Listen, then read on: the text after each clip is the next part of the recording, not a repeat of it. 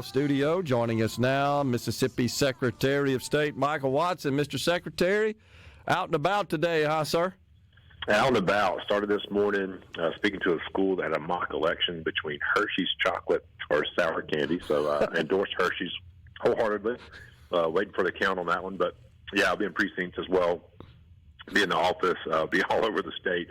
We'll be in roughly 41 or 42 counties today, visiting precincts and making sure the law is being followed. So not just talking about election integrity, but actually practicing it. Yeah.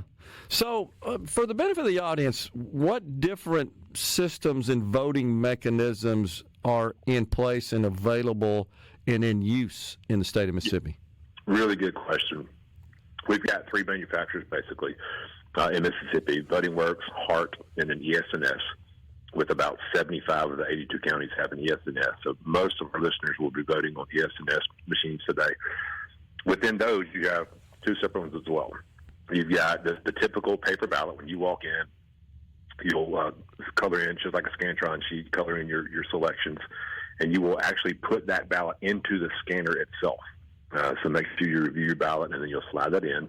The second piece of machinery from ES&S is called an Express Vote, and it's an ADA-compliant machine.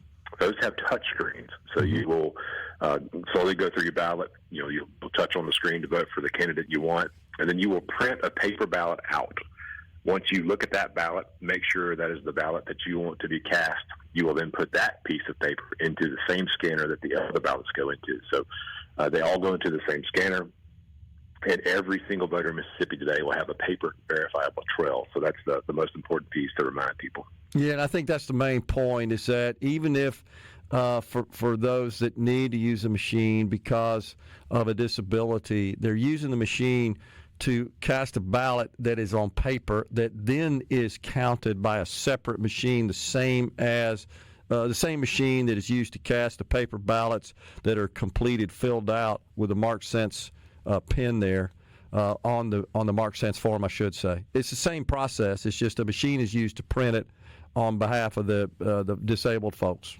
That's exactly right. And we do see some counties, I think DeSoto is one, I can't remember the others, that have a little more money, and they appreciate the speed and the accuracy of they're known as ballot marking devices. That's I got you.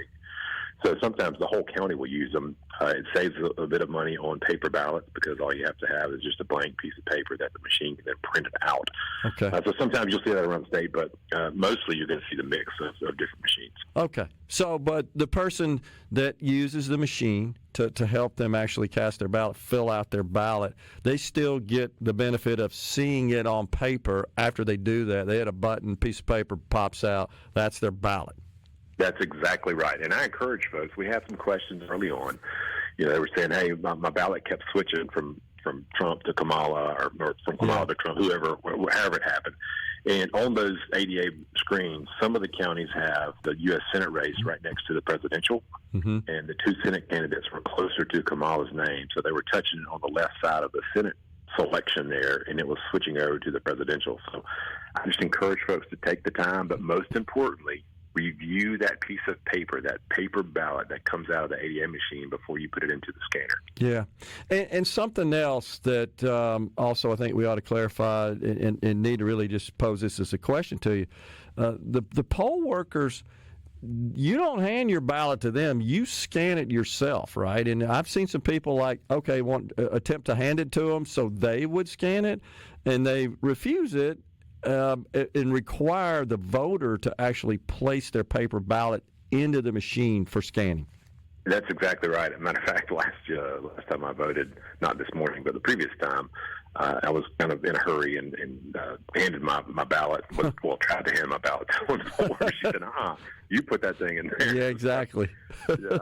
And I appreciate that. Yes. You, as the voter, have control of your ballot all the way until you put it into that machine to count it. So really appreciate the process there.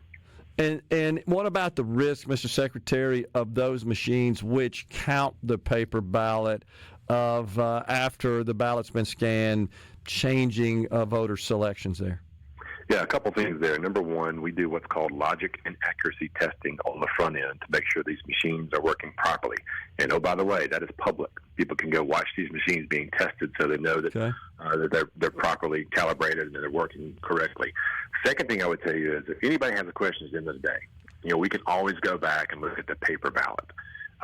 And clearly we understand this machine is not going to erase your pin marks and color in some other pin marks. Right. So that paper ballot can be taken out, looked at it. We'll hand count them if we need to, if there are questions with these machines. So I love to remind Mississippians, every single voter today will have a paper verifiable trail for their ballot that they cast.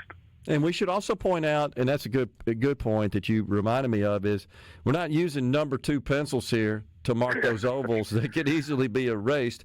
These are ink pens. That's right. That's right. So you can't just go change that after the fact. So it sounds like we're in good shape. All right, turnout seems to be extremely strong today. You sent me some numbers about absentee ballots. It's 200,000 in this cycle, right? Yeah, it's just short of 2024. Early voters. Right. We still have some mail-in ballots that will come in.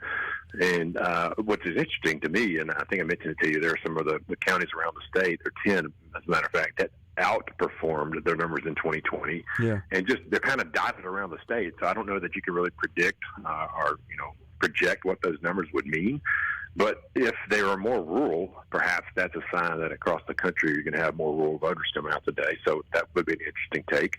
But I'm proud of all the pictures I've been receiving all day, just lines around the buildings.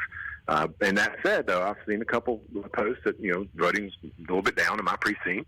Yeah. There was one up in Union County. There's one down in Florence. So it varies, I guess, but for the most part, we're seeing great turnout.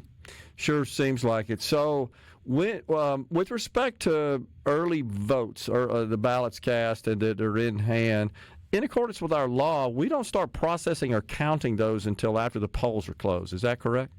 So the board can meet starting this morning and process that. And by process, I mean they can start taking the ballots out of the envelopes to make sure that the flap was signed and they follow the law with these ballots. And then they get them ready to be scanned. They cannot be scanned / counted, however you want to say that, till 7 p.m. Okay. So you can process them through the day to get them ready to be counted, but you cannot count them until after 7 p.m. And the processing would involve what? Opening up the envelope, verifying the signature, and so forth? That's exactly right. Did you sign across the flap? Did you have, the clerks that work with you when you go into the courthouse to vote? Did you do everything correctly? So that process is overseen, and then once that is accepted, those ballots are obviously put into the count pile, for lack of a better term, and they are counted after 7 p.m. Okay. Gotcha. That makes total sense. And also, you've got to obviously present your photo ID in accordance with state law in the state of Mississippi. In order to qualify to vote, you show that to the poll worker, and you also have to sign as well, right? That's exactly right. As a matter of fact, this morning I was voting, and again, a little bit in a hurry.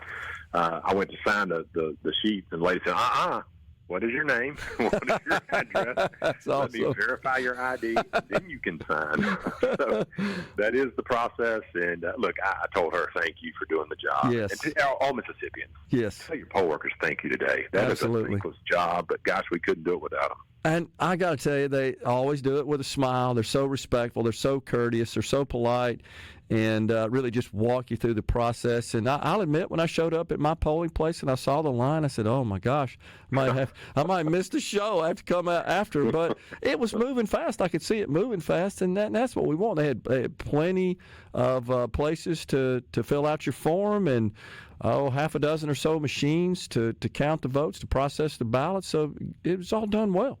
That's right. And look, I remind folks, if you are in line by 7 p.m., you will be able to cast a ballot. So the bailiff will come out and basically mark the end of that line. So as long as you're in line by 7, you'll be able to vote. Because I've heard some people say, look, the lines are so long, I can't go vote. Well, let's don't take this opportunity for granted. Make sure your voice is heard. And if you're there by 7 p.m., you will be allowed to vote. Mr. Secretary, have you been in touch by chance with any of your counterparts in some of these big battleground states, Georgia, Pennsylvania, et cetera? I've talked to, we've got a little text group, and there's several of us on there, probably about 20 secretaries. Everything seems to be going okay today. So I keep praying for them and for all of us that the election goes well. And again, at the end of the day, my hope is that the country wins.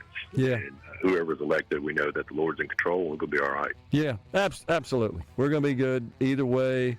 But I tell you, it looks pretty good for the Republicans. So from the top of the ticket through the Senate, maybe a little more dicey at the House, but overall I'm optimistic. I appreciate you joining us, Mr. Secretary. Thanks to you and all your fantastic staff for taking care of us here on Election Day.